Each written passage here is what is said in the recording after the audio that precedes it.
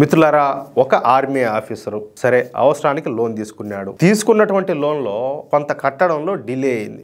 అర్థమవుతుందా? సరే డిలే అయిందని చెప్పేసి ఒక హెచ్డిఎఫ్సి బ్యాంక్ రికవరీ ఏజెంట్ నోటుకు వచ్చినట్టు మాట్లాడింది.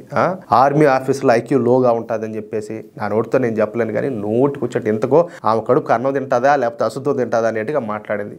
అంత ఘోరంగా, అంత నీచంగా, దారుణంగా. అరే వాళ్ళు ఎండనక వాననక చలికి దుమ్ముకు ధూళికి అన్ని ప్రతికూల పరిస్థితులు అన్నింటిని కూడా తట్టుకొని వాళ్ళు మనల్ని కంటికి రెపలా కాపాడతారు. వాళ్ళు సైన్యం, అవునా కదా? వాళ్ళు లేకపోతే మనం ఎంతసేపు ఉంటామేడా? నువ్వేదో అనుకుంటా ఉంటావు, నా బతుకునే బతున్నా, నేను ఎవరి మీద ఆధారపడి బతకలానే.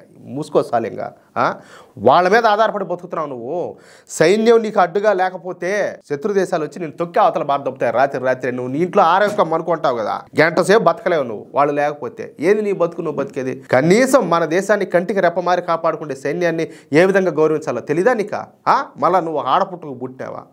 అతను బాధపడతాడనో లేదా ఆర్మీలో పనిచేస్తా దేశం కోసం ప్రాణాలు ఇవ్వడానికి సైతం ఏ మాత్రం ఆలోచించిన సైన్యం గురించి అలా మాట్లాడకూడదని చెప్పేసి కనీత ఇంకిత జ్ఞానం కూడా లేని వాళ్ళను ఏం చేయాలా, దేంతో కొట్టాలా?